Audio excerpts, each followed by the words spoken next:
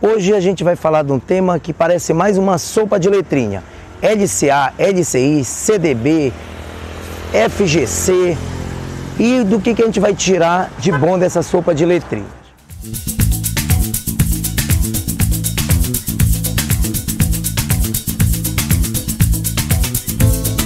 Dessa sopa de letrinha. Não adianta querer se desesperar decorando siglas, letras, não. Vamos tirar o caldo dessa sopa e tentar ganhar em cima disso. Então a gente vai falar de renda fixa. O objetivo da gente falar sobre renda fixa é estudar os conceitos básicos, os principais tipos de renda fixa, tá? E qualificar você a investir em renda fixa.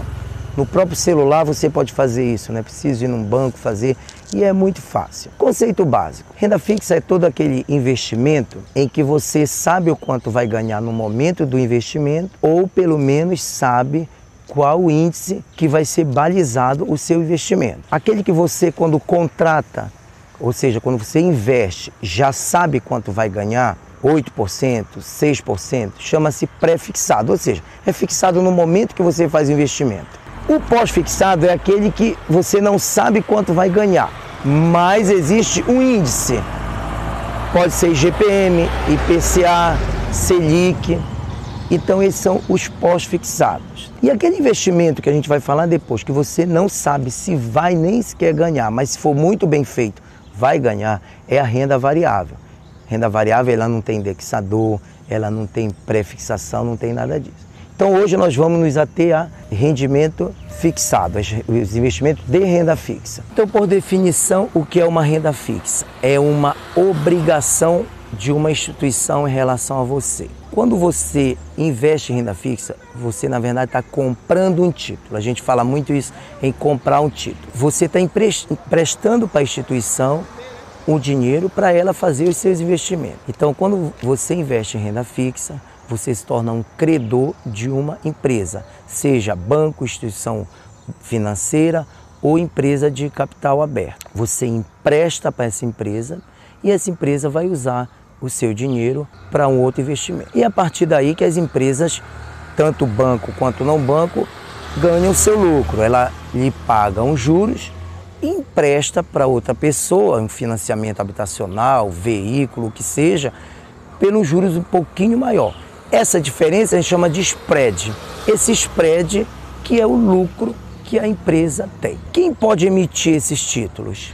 Bancos, CDB, as instituições financeiras, né, que não são banco, que são as cooperativas, empresas privadas de capital aberto, empresas públicas, que são os títulos públicos que a gente já falou em Tesouro Direto. Você pode dar uma olhadinha no nosso canal, no nosso link, já tem uma aula sobre Tesouro Direto. Alguns conceitos básicos é bom a gente saber antes de aprofundar na aula.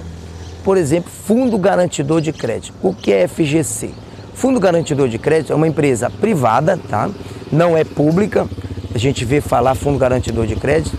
É uma empresa privada sem fim lucrativo, criado pelas instituições financeiras para garantir o seu crédito. Então, quando você investe no CDB, você está segurado pelo Fundo Garantidor de Crédito. Esse fundo, geralmente, ele segura R$250 mil por instituição, por CPF. Então, esse medo que às vezes nós temos de investir numa instituição financeira, que não é um grande banco conhecido, da mídia que a gente vê, bancos físicos, não existe, porque eles são segurados pelo Fundo Garantidor de Crédito. É uma instituição privada, não é público, tá? Privada sem fim lucrativo, criado pelas instituições financeiras. Qual o objetivo deles criarem isso? É dar garantia ao credor, para que você não tenha medo de levar o calote, o famoso default. Então, quando você compra um CDB, compra, por exemplo, uma letra de câmbio numa instituição, às vezes que você não conhece, não é tão conhecida como os grandes bancos, você não vai levar calote, que até R$250 mil por instituição e por CPF, você está segurado pelo Fundo Garantidor de Crédito. Outro conceito que a gente tem que falar também é o Selic, que é o Sistema Especial de Liquidação e Custódia. Não é a mesma coisa que taxa Selic. Selic é um sistema especial vinculado ao Ministério da Fazenda. A partir do Selic, o Comitê de Política Monetária, ela emite uma taxa Selic, que é aquela que a gente ouve falar nos jornais que o Copom reuniu e definiu uma taxa Selic de 6,5% ao ano. Esse é o Selic Meta. Outro que a gente tem que falar também, antes de começar a falar em renda fixa, é o CDI. Que é CDI, Certificado de Depósito Interbancário. O que acontece é o seguinte, os bancos, um emprestam dinheiro para o outro, e esse empréstimo tem duração de um dia. Então o banco que tem dinheiro, empresta para o banco que não tem dinheiro. Como garantia, o banco que pediu o empréstimo dá títulos públicos como garantia. Então essa transação é lastreado, é garantido por títulos públicos. No outro dia essa operação é desfeita e gera os juros, claro. Quem empresta vai emprestar para alguém a juros. E gera o DI, que é o depósito, a taxa DI, que é a taxa de depósito interbancário. Geralmente é 0,04% por dia. Daí que sai uma outra taxazinha chamada Selic Over. Essa transação, quando um banco pede para o outro, tem que ter um certificado. Esse certificado não é um papel físico. Hoje em dia tudo é eletrônico. Esse certificado que é o certificado de depósito interbancário. Geralmente os investimentos nossos que a gente faz são baseados nessa taxa DI, que é gerado pelo certificado de depósito interbancário. Então hoje nós vamos dividir a nossa conversa em dois tipos de investimentos. Os investimentos que pagam imposto de renda e os que não pagam imposto de renda. Isso é muito importante, porque tem investimento extremamente conservador no mercado que não paga imposto de renda. Então vamos falar dos principais investimentos que pagam imposto de renda. O CDB, que é o Certificado de Depósito Bancário. Lembre que eu falei, CDI é entre bancos, CDB é entre pessoas e banco. Então quando você investe o seu dinheiro num banco, seja lá qual for, Itaú, Bradesco, Banco do Brasil, você está comprando um título. Você está emprestando dinheiro para esse banco e você se torna credor desse banco. Em troca, esse banco vai usar o seu dinheiro para o que ele quiser e depois ele vai lhe pagar com rendimento. Esse rendimento do CDB, ele pode ser pré-fixado ou pós-fixado, como eu expliquei antes. Pré você vai saber quanto vai ganhar e pós vai saber depois baseado no indexador. Depois a gente vai falar direitinho de CDB. É bom frisar que banco emite CDB. Lembra que eu falei da sopa de letrinhas? Aquilo é uma diferença puramente de quem vai emitir o título. Banco emite CDB. Instituições financeiras não bancárias, que não é banco, mas são instituições financeiras, elas emitem um outro título, que é a letra de câmbio. Letra de câmbio não tem nada a ver com câmbio, dólar, euro, não tem nada a ver. São títulos iguaizinhos CDB, porém emitido por instituição financeira, que não são bancos. A única diferença é essa. São garantidos pelo Fundo Garantidor de Crédito, são investimentos conservadores, porém são investimentos que pagam imposto de renda. Então aqui está a nossa tabelinha regressiva de imposto de renda. Até 6 meses, 22,5%, 1 ano, 20%, 1 ano e meio, 17,5% e acima de 2 anos, 15%. Então, na melhor das hipóteses, você vai pagar 15% de imposto de renda, só sobre o rendimento, tá, pessoal? O nome está dizendo imposto de renda. Se você teve renda sobre o capital bruto, não vai ter. Então, nós falamos de dois investimentos que são ligados a banco e instituição financeira, CDB e letra de câmbio. Essas duas que eu vou falar agora são empresas não do ramo financeiro, que são as debêntures e as notas promissórias. Tá? Debêntures são papéis emitidos por empresas privadas de capital aberto. Tá? São títulos de dívida. Então você, quando investe numa debênture, então você se torna credor de uma empresa de capital aberto. Tá? A nota promissória é como se fosse uma debênture, porém de curto prazo, geralmente até 1 ano, 360 dias. E a debênture de médio a curto prazo. Nota promissória é muito pouco usada hoje. A liquidez é muito baixa. E como é até o ano, lembra da nossa tabela progressiva? Você vai pagar as duas alíquotas mais altas de imposto de renda. Então eu não vejo vantagem em aplicar o seu dinheiro em nota promissória. Esse dinheiro geralmente as empresas captam para o capital de giro delas e não para investimento. Debêntures é como se fosse uma nota promissória só que a médio e longo prazo. Você compra uma debênture, você emprestou dinheiro para a empresa vai usar esse dinheiro para obra de infraestrutura, expansão, crescimento da empresa. Quando você compra uma debênture ou uma nota promissória, lembre-se, você não vira acionista dessa empresa. No caso da debênture, você vira um debenturista. Então você não vai ter, caso essa empresa venha a falir, a ter algum problema, você não vai ter por que arcar com os problemas, com os prejuízos dessa empresa. O grande problema da nota promissória e da debênture é que elas não têm fundo garantidor de crédito. Então eu, especialmente, não invisto em nota promissória e também não em debêntures. Existem algumas garantias que são dadas pela própria empresa, mas não existe algo externo que lhe dê garantia. Claro, uma empresa gigante como Itaú, Vale, Ambev, elas emitem debênture. Dificilmente essas empresas vão dar calote. Mas tem coisa melhor de você investir do que esse tipo de investimento. Então eu não vejo por que investir em nota promissória. Baixa liquidez, você comprou, você vai ter que esperar um ano e alíquota alta de imposto de renda. As debêntures não, elas são a médio e longo prazo. Um grande problema desses dois tipos de investimento, nenhum é garantido pelo fundo garantidor de crédito, é garantido pela própria empresa.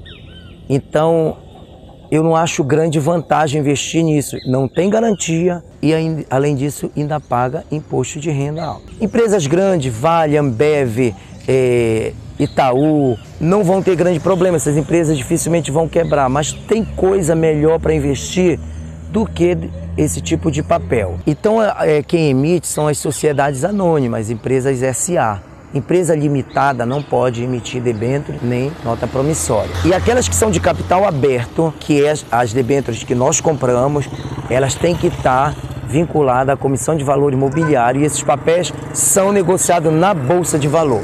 Então, o que você vai realmente investir é nessas empresas, sociedade anônima de capital aberto, através da B3, da Bolsa de Valores. Esses papéis são negociados pela B3. E o rendimento das debêntures e da nota promissória são às vezes semelhantes a um CDB, a uma letra de câmbio igualzinho. Então, na minha opinião, eu acho que tem investimento melhor para você fazer mais seguro do que debênture e nota promissória. Os investimentos que nós falamos agora, todos eles pagam imposto de renda, de acordo com a nossa tabela regressiva que a gente já conversou antes. Agora vem os rendimentos que não pagam imposto de renda. Pessoal, isso é importante, porque são investimentos bons, seguros, muito seguros até, e que você não paga nada de imposto de renda.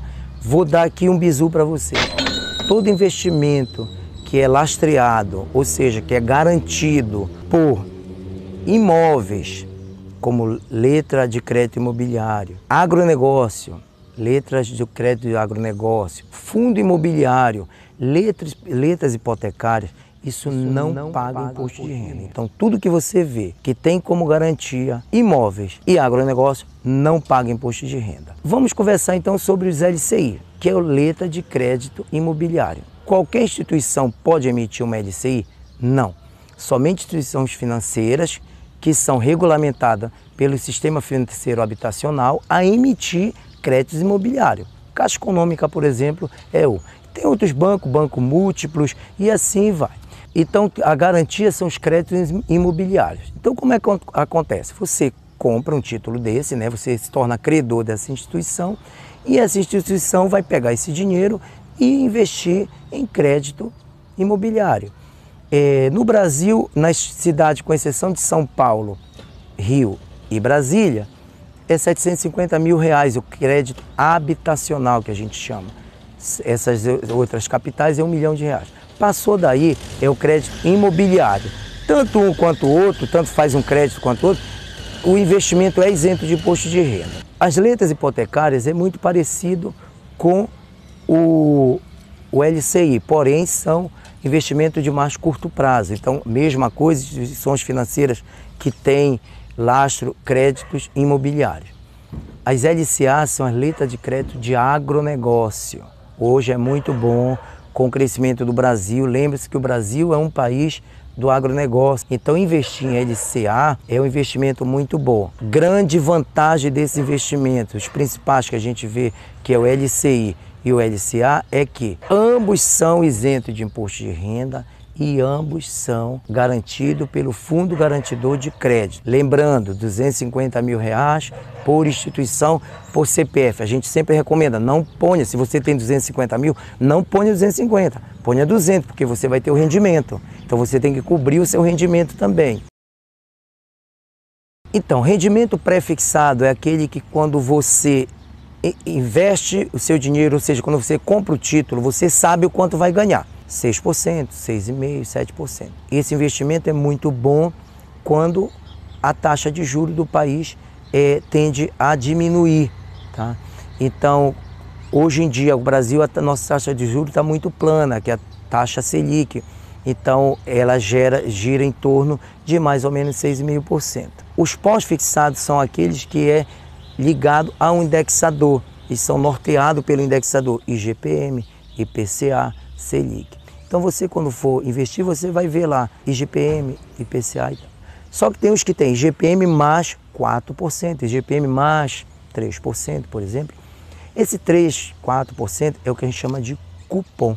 Então sempre procure investimento que tenha cupom, porque quando você investe, vou dar um exemplo, um CDB IPCA mais 4%, o IPCA já é a inflação. Então você não ganhou nada investindo em algo que tenha só o rendimento do IPCA, você só corrigiu a inflação, você só protegeu o seu capital.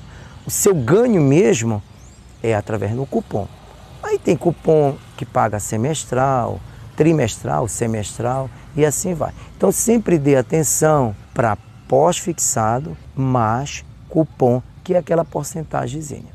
Não, IPCA é um indexador, é o Índice de Preço ao Consumidor Amplo. Ele mede a inflação no Brasil. Ele é feito pelo IBGE e ele que dá a inflação no Brasil. Então, quando você vê IPCA 3,5%, aquilo foi a inflação. Selic é taxa de juros, diferente de inflação. Selic é o cupom, Comitê de Política Monetária. Banco Central emite a Selic meta, 6,5%. A partir daí, da Selic, que o governo vai fazer as suas transações financeiras. Então, e é a partir daí que vem, que tira, na verdade a Selic é tirada do CDI. É quase como se fosse assim, a partir do CDI o cupom baliza a taxa Selic. Então, para efeito prático, CDI e taxa Selic é muito próximo. Para a nossa prática, nós investidores, é a mesma coisa, mesmo valor, 6,5%. Então, quando um banco te oferece uma taxa, senhor, eu vou lhe dar 90% do CDI, não se empolgue com esse 90%.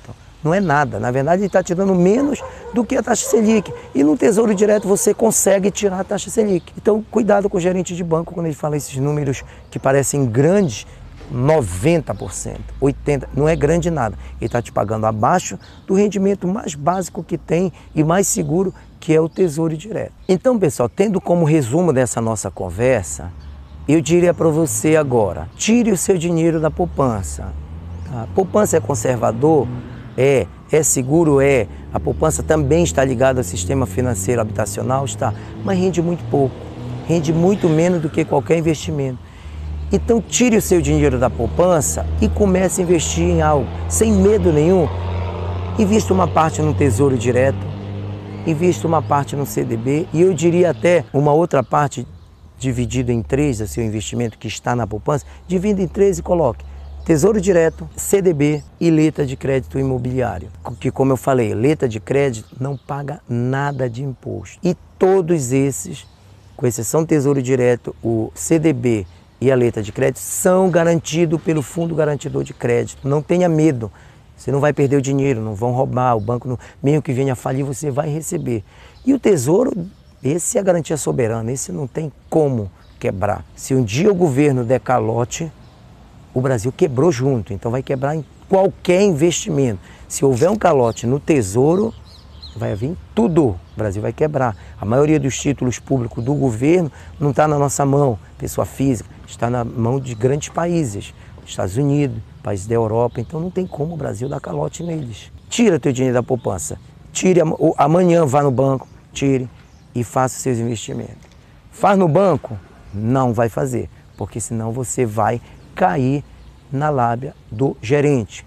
Lembre-se uma coisa, quem paga o salário do gerente não é você, é o banco. Então ele vai agradar o banco, não você. O café expresso que ele te dá, a sala bonita, o aperto de mão com 3 segundos tocando no teu cotovelo, aquilo é tudo estudado para te conquistar. Então não caia nessa. Ele quer te agradar sim, mas para beneficiar o banco e não você. Você vai receber a sobra, o mínimo possível que ele pode te dar.